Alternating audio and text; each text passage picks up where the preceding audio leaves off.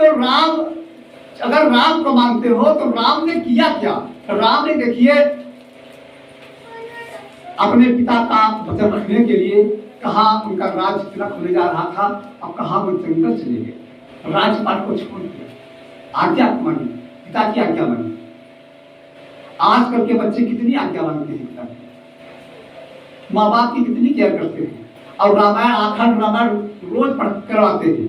कोई भी काम काज होगा कहेंगे अखंड रामायण करवाते हैं, पाठ रोज सुनेंगे, लेकिन समझेंगे नहीं उसमें क्या है। रामायण रोज पढ़ेंगे, रामायण में स्पष्ट लिख दिया गया है कि राम कथा के ते अधिकारी जिनके सत्संगत थे। पंडित महाराज भागवत कहते हैं और दुनिया को ज्ञान बताते हैं, मुझसे पूछो क्या तुम सत्संग करते हो? सत्संग नाम पर कुछ नहीं। रामायण में लिखा है कि गुरु बिन भवन तरह न कोई, बिना गुरु के कोई भवसागर पार नहीं हो सकता, बिना गुरु के कोई ज्ञान प्राप्त नहीं कर सकता। लेकिन पंडित महाराज से पूछो क्या तुमने गुरु किया है?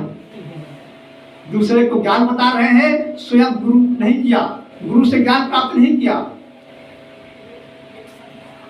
दूसरे को ज्ञान बता रहे हैं, जब रामायण स्पष्ट कह रही है कि राम कथा को सुनने और कहने का अधिकार उसी को है जिसने सत्संग किया है। रामायण बता रही है कि राम कथा को सुनने का और राम कथा कहने का अधिकार उसी को है जिसने सत्संग किया है। तो बिना सत्संग के समझ ही नहीं पाओगे राम कौन है। राम तुलसीदास जी ने सही सही लिखा था पहले, राम की कहानी राम और कोई नहीं, राम वही परमपिता परमात्मा आपका है। और दसकंधा रावण कोई नहीं है, रावण सिर्फ आपके अंदर बैठा हुआ है। 10 इंद्रियां जो आपके अंदर बैठा है वही 10 कंधर है। 10 कंधर कहेंगे कि तुम्हारे ऊपर कंधर सवार है, यानी क्या बुद्धि भ्रष्ट है, क्या दिमाग काम नहीं कर रहा, कंधर सवार है। तो रावण और कोई नहीं है। रावण हमारे अंदर जो इंद्रियां है, जो विषय वासनाएं है, विषय विकार है, यही तो रावण है। और सीता और कोई नहीं है। किसी रावण ने जो किताबों में लिखा है ऐसे कोई सीता नहीं हुई है, ना ऐसा कोई रावण हुआ है। सीता का हरण हुआ है, ये काल भगवान ने इन जीवात्माओं का हरण कर लिया है और हरण करके यहाँ ले आया है मृत्यु लोग को। हम लोगों का हरण हुआ, अपहरण हुआ है, जीवात्माओं का अपहरण हुआ है। और किसने किया? उस काल भगवान ने किया है। और यहाँ फांस लिया, कैद कर लिया अशोक वाटिका में। संसार रूपी जो वाटिका बनी हुई है, इस वाटिका में जीवात्माएं फंस गई हैं, कैद हो गई हैं। रामायण तो ये कहती है, ये सत्य बात जब तुलसीदास ने लिखा तो ब्राह्मणों ने बड़ा विवाद कर दिया।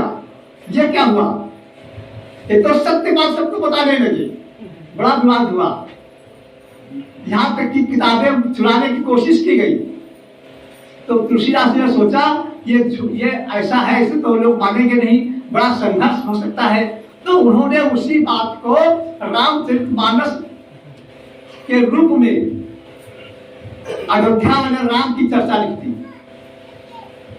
अब सीता को बताए कौन राम कहाँ है, राम से मिलाए कौन?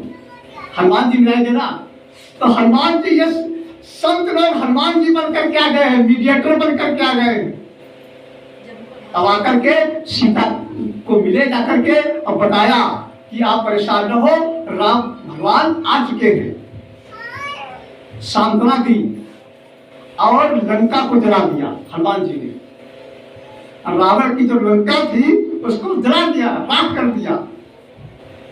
ये संत लोग जो होते हैं, जो अंदर के विषय वासनाएं हैं, विषय विकार है, काम क्रोध लोभ मोह अहंकार, जो रावण की लंका है, इस लंका को जलाकर के राख कर देते हैं। यह है असली रामायण।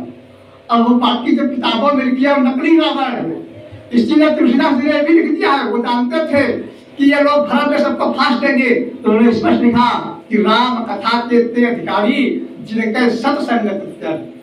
जो लोग सत्संग करेंगे वही राम कथा सुन सकते हैं, वही राम कथा कह भी सकते हैं। लेकिन रामायण पढ़ने वालों से पूछो क्या सत्संग करते हो, नहीं पता है उनको। और रामायण को पढ़ रहे हैं, बिना रामायण पढ़े, बिना स्नान किए, बिना रामायण पढ़े भोजन नहीं करेंगे। ये क्या आडम्बर है, क्या पाखंड है?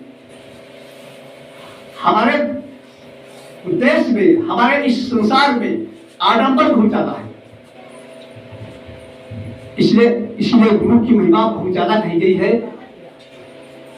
जितने भी वेद, शास्त्र, पुराण सभी ने कहा है कि बिना गुरु की शरण ले गए हुए कभी भी किसी का कल्याण नहीं हो सकता है।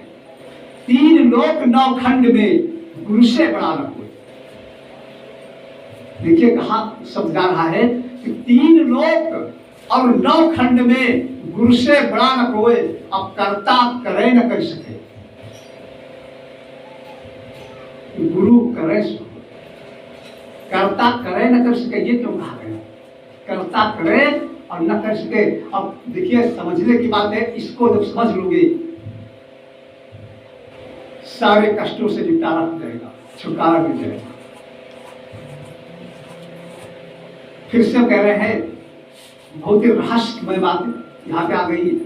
3 लोक 9 खंड में गुरु से बड़ा न कोई। पूरे खंड ब्रह्मांडों में गुरु से बड़ा कोई नहीं होता। और आगे बताया है, कर्ता करे न कर सके, अब गुरु करे सो होए। भगवान चाह करके भी कुछ नहीं कर सकते, यदि कर्ता करे न कर सकते। इसको रचने वाला है काल निरंजन, वो चाह करके भी कुछ नहीं कर सकता।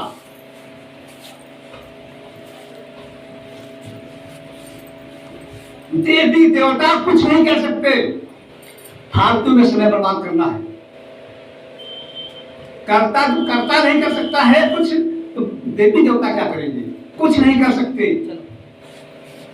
रियलिटी समझ लो, वास्तविकता क्या है? कर्ता करे न कर सके, गुरु करे सो होए।